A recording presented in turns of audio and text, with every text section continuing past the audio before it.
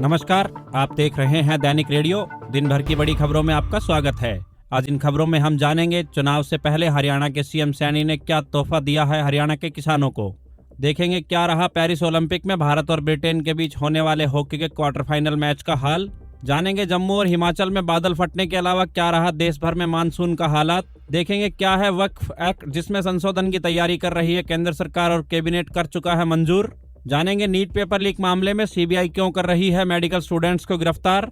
देखेंगे बिहार सीएम के ऑफिस को बम से उड़ाने की धमकी देने वाले संगठन का क्या है उद्देश्य। जानेंगे महाराष्ट्र विधानसभा चुनाव को लेकर कांग्रेस के बैठक में क्या हुआ सीटों का फैसला।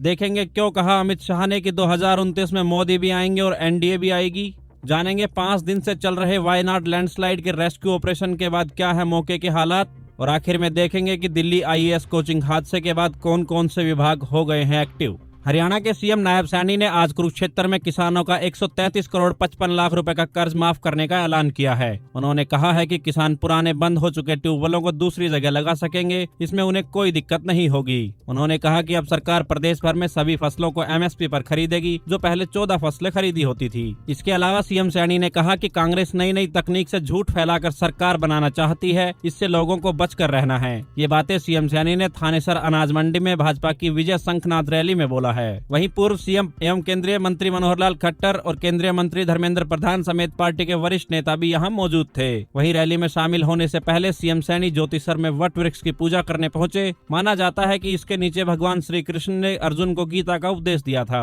इसके बाद सीएम सैनी गुरुद्वारा छठी पातशाही भी पहुंचे और माथा टेका। बता दें कि भाजपा थानेसर की इस जनसभा से हरियाणा में विधानसभा चुनाव अभियान का श्री गणेश कर रही है। भाजपा म्हारा हरियाणा नॉन स्टॉप हरियाणा के नाम से इसके बाद सभी 90 इलाकों में रैलियां करेगी। आगे बढ़ने से पहले आपसे एक अपील है कि अगर आप चैनल पर नए हैं तो चैनल को सब्सक्राइब करें और बेल आइकन को प्रेस करें ताकि हमारी हर वीडियो आप तक पहुंचती रहे। आइए अब देखते हैं आगे खबरें। पेरिस ओलंपिक में भारतीय हॉकी टीम सेमीफाइनल में पहुंच गई है। आज हुए क्वार्टर फाइनल मुकाबले में इंडिया ने ब्रिटेन को पेनल्टी शूटआउट में 4-2 से हरा दिया है। फुल टाइम मैच में दोनों टीमों का स्कोर 1-1 से बराबर था। वहीं शूटआउट में भारत ने लगातार 4 गोल किए। ब्रिटेन की टीम सिर्फ 2 ही गोल कर पाई, जिसके लिए भारतीय गोलकीपर श्रीजेश जीत के हीरो रहे, जिन्होंने 2 गोल बचाए। भारतीय टीम की यह जीत इसलिए भी अहम है क्योंकि टीम सिर्फ 10 खिलाड़ियों से खेल रही थी। 60 मिनट के खेल में 48 मिनट भारतीय डिफेंडर अमित रोहिदास मैच से बाहर रहे। उन्हें रेफरी ने 12वें मिनट में ही रेड कार्ड दे दिया था। हालांकि रेफरी का यह फैसला विवादों में आ गया है। पूर्व भारतीय ओलंपियन जुगराज सिंह ने कहा कि इस फाउल के लिए येलो कार्ड देना ही काफी था। बता दें कि 2 गोल बचाने वाले पीआर श्रीजेश अपना आखिरी टूर्नामेंट खेल रहे हैं। 36 साल के इस अनुभवी गोलकीपर पीआर श्रीजेश ने कुछ दिन पहले ही कहा था पेरिस ओलंपिक उनका आखिरी इंटरनेशनल टूर्नामेंट होगा। आइए देखते हैं अगली खबर। मध्य प्रदेश में लगातार 3 दिनों से भारी बारिश हो रही है, जिसके चलते सागर जिले के शाहपुर इलाके में रविवार सुबह बारिश की वजह से 50 साल पुराने मकान की दीवार गिर गई। इससे 9 बच्चों की दबकर मौत हो गई है और 4 घायल हैं। इनमें से ज्यादातर बच्चे 10 से 14 साल के हैं। वहीं मौसम विभाग ने आज मध्य प्रदेश और राजस्थान में भारी बारिश का अलर्ट जारी किया है। एमपी के अशोकनगर जिले में रविवार को जल स्तर बढ़ने के कारण महारानी लक्ष्मीबाई बांध के 12 गेट खोल दिए गए, जिससे यूपी एमपी हाईवे बंद हो गया। बता दें कि राज्य में 58% यानी 21.6 इंच बारिश हो चुकी है। यह सामान्य से 2.6 इंच ज्यादा है। वहीं राजस्थान में मानसून सीजन में अब तक 21% ज्यादा बारिश हो चुकी है। राज्य में आमतौर पर 1 जून से 3 अगस्त तक 231.3 मिलीमीटर औसत बरसात होती है, जबकि इस सीजन में अब तक 280.6 मिलीमीटर बरसात हो चुकी है। इसके अलावा जम्मू कश्मीर के गादरबल जिले के कंगन में शनिवार देर रात बादल फटने की घटना हुई, जिससे अचानक बाढ़ आने से मलबे में कई गाड़ियां दब गई।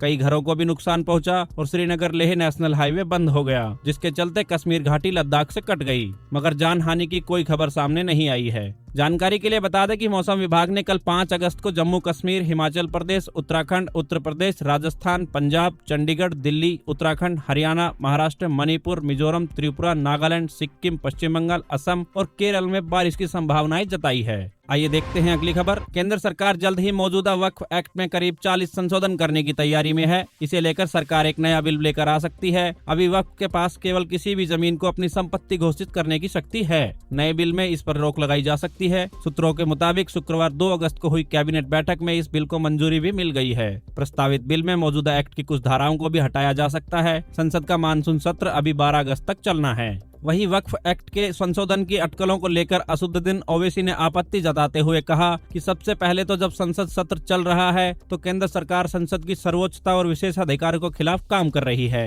और इसकी जानकारी संसद को देने की बजाय मीडिया को दे रही है। वक्फ एक्ट में संशोधन को लेकर मीडिया में जो भी कहा जा रहा है उससे यह पता चलता है कि मोदी सरकार वक्फ बोर्ड को ऑटोनॉमी छीनना चाहती है और उसमें दखल देना चाहती है। यह धर्म की स्वतंत्रता के खिलाफ है। बता दें कि देश में रेलवे और सशस्त्र बल के बाद सबसे ज्यादा जमीन का मालिकाना हक रखने वाली संस्था वक्फ बोर्ड है। संशोधनों के बाद किसी भी जमीन पर दावे से पहले उसका वेरिफिकेशन करना होगा। इससे बोर्ड की जवाबदेही बढ़ेगी और मनमानी पर रोक लगेगी। आइए देखते हैं अगली खबर। नीट यूजी प्रश्न पत्र लीक मामले में सीबीआई ने एक और मेडिकल छात्र को गिरफ्तार किया है। राजस्थान के भीलवाड़ा स्थित एक मेडिकल कॉलेज के छात्र संदीप कुमार को सीबीआई ने पटना से गिरफ्तार किया है। वहीं उसे पटना सिविल कोर्ट की एक विशेष अदालत में विशेष न्यायिक दंडाधिकारी कुमारी रिंकू के समक्ष पेश किया गया। सीबीआई ने यहां 7 दिन की रिमांड मांगी थी, लेकिन कोर्ट ने उन्हें 5 दिनों की रिमांड दी है। वहीं इस मामले में सीबीआई अब तक 9 MBBS छात्रों को गिरफ्तार कर चुकी है। बता दें कि सीबीआई ने संदीप कुमार को नोटिस देकर पूछताछ के लिए पटना बुलाया था। पूछताछ में संदीप ने अपनी संलिप्तता स्वीकार कर ली थी, जिसके बाद उसे गिरफ्तार कर लिया गया था। संदीप ने बताया कि उसने भी अन्य मेडिकल छात्रों के साथ हजारीबाग में 5 मई की परीक्षा से पहले नीट यूजी का प्रश्न पत्र सोल्व किया था। इसी सोल्व पेपर को संजीव मुखिया और रॉकी ने बिहार झारखंड में अपने साथियों को भेजकर नीट यूजी के अभ्यर्थियों को रटाया था। आइए देखते हैं अगली खबर। बिहार के मुख्यमंत्री कार्यालय को बम से उड़ाने की धमकी मिली है, वो भी ईमेल के जरिए मिली है। धमकी भरा ईमेल सीधे तौर पर सीएमओ के आधिकारिक ईमेल आईडी पर भेजा गया था। धमकी भरे ईमेल में चौंकाने वाली बात यह है कि उसमें सीएमओ को बम से उड़ाने की बात लिखने के साथ साथ ही अलकायदा ग्रुप लिखा हुआ था। पुलिस की माने तो सीएमओ के सरकारी मेल आईडी पर मेल आया जिसमें लिखा था सीएमओ को बम से उड़ा दिया जाएगा। बिहार की स्पेशल पुलिस भी कुछ नहीं बिगाड़ सकती है, इसके हल्के में लेने की कोशिश न करें। मेल अलकायदा ग्रुप के नाम से भेजा गया था। वहीं इसे पढ़ने के बाद से सरकारी महकमे में हड़कंप मच गया, जिसके बाद मामले की जानकारी पटना पुलिस को दी गई। तब शुरुआती जांच के बाद सचिवालय थाना में इस मामले में एफआईआर दर्ज हो गई। जिस ईमेल आईडी से धमकी भरा मैसेज आया था उसे भी पुलिस को नामजद करा दिया गया है। वहीं पुलिस के अनुसार अब तक इस बात का पता लगाया जा रहा है कि ईमेल आईडी किसकी है। सच में यह धमकी किसी अलकायदा ग्रुप ने भेजी है? इस तरह के कई सवाल हैं जिसके जवाब पुलिस अपनी जांच के जरिए तलाश कर रही है। आइए देखते हैं अगली खबर। आगामी विधानसभा चुनाव को लेकर मुंबई में आज 4 अगस्त को मुंबई कांग्रेस और महाराष्ट्र कांग्रेस की 2 अलग अलग बैठक हुई। बैठक में कांग्रेस पार्टी ने 7 अगस्त को होने वाली विपक्षी गठबंधन महाविकास आघाड़ी की मीटिंग को लेकर अपनी रणनीति बनाई है। वहीं लोकसभा चुनाव में 13 सीटें जीतने के बाद कांग्रेस का मनोबल बढ़ा हुआ है। इस कारण कांग्रेस लगातार ज्यादा सीटों की मांग कर रही है। सूत्रों के मुताबिक कांग्रेस महाराष्ट्र की कुल 288 विधानसभा सीटों में से करीब 110-120 सीटों पर विधानसभा चुनाव लड़ना चाहती है। वहीं इसको लेकर 7 अगस्त को विधानसभा चुनाव के लिए सीट शेयरिंग का फॉर्मूला और अन्य पहलुओं पर महाविकास आघाड़ी की बैठक होनी है। इसमें शिवसेना, कांग्रेस, एनसीपी, शरद चंद्र पवार तीनों प्रमुख पार्टी के वरिष्ठ नेता शामिल होंगे। आइए देखते हैं अगली खबर। गृह मंत्री अमित शाह ने आज रविवार को चंडीगढ़ में कहा कि विपक्षी इंडिया ब्लॉक चाहे कुछ भी कर ले, साल 2029 लोकसभा चुनाव में एनडीए ही सरकार बनाएगी। नरेंद्र मोदी चौथी बार प्रधानमंत्री बनेंगे। इंडिया ब्लॉक एक बार फिर से खुद को विपक्ष में बैठाने के लिए तैयार रखे।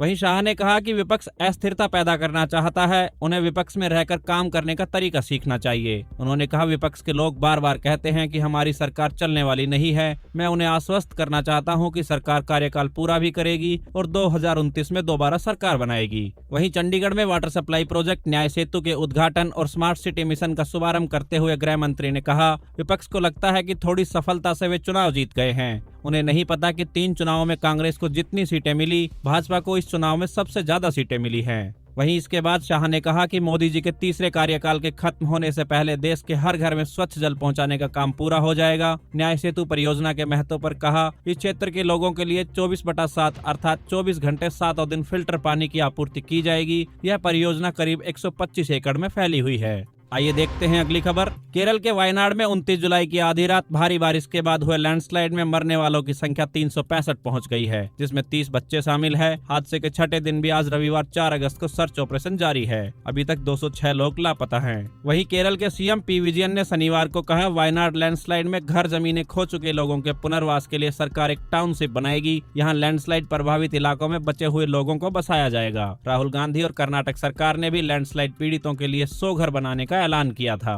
वहीं दूसरी तरफ न्यूज एजेंसी पीटीआई के मुताबिक लैंडस्लाइड के बाद रिलीफ कैंप में रह रहे लोगों का कहना है कि उनके घरों में चोरियां हो रही है। कुछ लोग रात के समय आकर घरों से कीमती सामान चुरा रहे हैं। रिपोर्ट दर्ज होने के बाद अब पुलिस चोरों को पकड़ने के लिए पेट्रोलिंग कर रही है। और आइए अब देखते हैं आज की सबसे बड़ी खबर। दिल्ली फायर डिपार्टमेंट ने ओल्ड राजेंद्र नगर स्थित Rouse IAS study circle coaching centre के बेसमेंट में पानी के दौरान पानी भरने से 3 छात्रों की मौत के बाद सर्वे किया गया है। इसमें दिल्ली के कुछ कोचिंग सेंटरों को छोड़कर ज्यादातर में सुरक्षा मानकों की कमी पाई गई है। दिल्ली फायर सर्विस डिपार्टमेंट को ज्यादातर कोचिंग सेंटरों में आग से निपटने का पुख्ता इंतजाम नहीं मिले हैं। ऐसे में करोल बाग और मुखर्जी नगर के 461 कोचिंग सेंटर सुरक्षा ऑडिट में फेल हो गए हैं, जिनमें छोटे बड़े सभी तरह के कोचिंग सेंटर शामिल है। फायर डिपार्टमेंट ने इन 461 कोचिंग सेंटरों को नोटिस भेज दिया है। बता दें कि 27 जुलाई को ओल्ड राजेंद्र नगर स्थित राउ आईएएस कोचिंग के बेसमेंट में स्थित लाइब्रेरी में पानी भरने से 3 स्टूडेंट्स की मौत हो गई थी, जिसके बाद से ही दिल्ली के कोचिंगों की जांच कराने की मांग उठ रही है। फायर डिपार्टमेंट के अलावा कोर्ट के आदेश पर विभिन्न एजेंसियों ने कार्रवाई करते हुए कोचिंग सेंटरों का सर्वे किया है और नोटिस जारी कर भवन नियमों का पालन करने को लेकर उनको निर्देश भी जारी किए हैं। ये थी आज की बड़ी खबरें। आप देख रहे थे दैनिक रेडियो। नमस्कार, धन्यवाद।